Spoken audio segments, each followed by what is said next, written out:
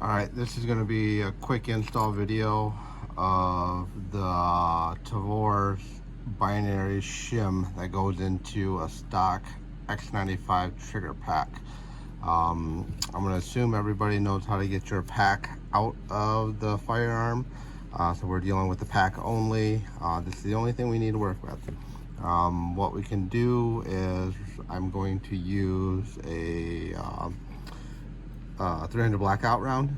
A small punch is all you really need. If you're in the field, you can use a 5.56 round. I just happen to have this laying around, so I'm going to use this. This is an anodized red version of the shim. They all come stainless steel. They're laser cut and formed stainless steel. It will not be a red anodized one. That's just for install purposes, so you can see it better as it's going in.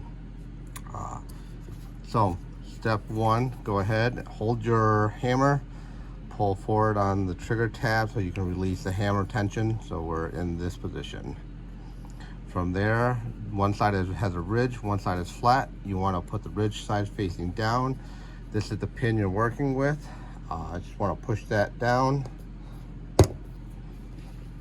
and it'll push out, slide the pin out. Everything will stay captive inside still. The trick to get this out without having to take the hammer out is to use this hollow pocket back here. You want to slide the whole assembly back into the pocket. It goes back that way. The front nose will come up. At that point, you can lift the nose up and slides up. The spring has a leg that goes underneath, so you just want to hold the spring at that position right there. This is the part we're dealing with. This is the disconnector, which is this unit here. You can see from the photo I think I posted, that's part of the disconnector. There's a sleeve bushing that keeps it together. There's a spring rod and a spring for the tension in the back. So as you can see, it moves, acts as a disconnector. Shim goes in between there. It's cut specifically to go around the bushing. You want to squeeze back here to give a gap. They'll drop right in, and that's how it sits. Make sure that it's fully seated. Make sure that it's underneath the front tab of the disconnector. You should have a little bit of spring protruding out, or rods protruding out the bottom. That's normal, and it's ready to go back in. The trick to getting it back in, take your spring, put it back over. There's a little catch tab right there. You want to hold that in the position. The spring needs to go down in first with it pointed upward, so you're going this way underneath. You want to get the assembly back into that rear pocket. That way it gives clearance to the front. You push down and forward. Once you're forward, you'll be underneath the hammer and it'll hold it together for you. Go ahead and grab your pin. The pin has to go from the bumped side to the flat side because there's a spring clip on the left side. Go ahead and start that in the plastic.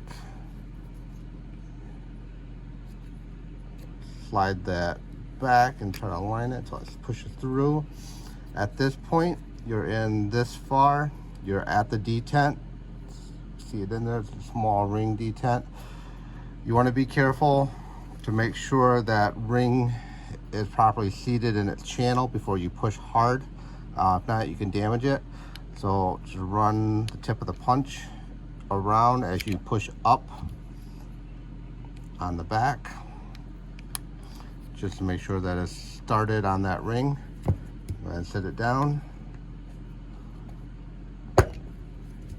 Push it back in. And that's it. You never want to let go of the hammer without holding on to it, as it'll come up and it could crack the housing. But in order to test it, what we can do, go ahead, pull forward, release hammer, go back, disconnected, slowly release. There we go. The X95 has a kind of a drop shelf, so if it ever falls off the main steer, it does catch on the secondary drop shelf. That's this position here. So, but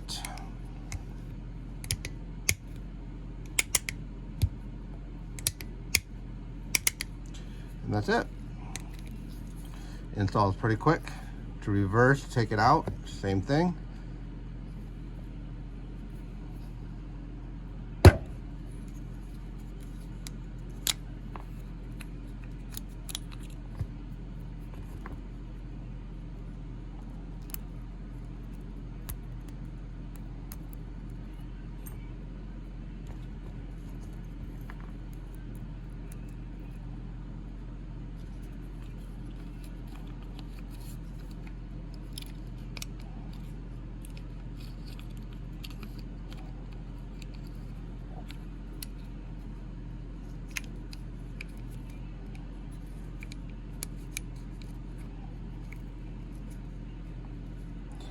A little harder trying to do it on camera.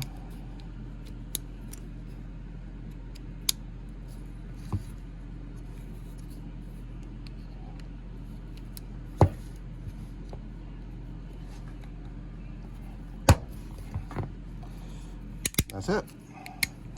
Fairly easy to do while you're out and about. If you needed to switch it around, the only thing is hanging on to the shim. Hopefully I get these out soon for you guys. Makes life a lot easier to get in there.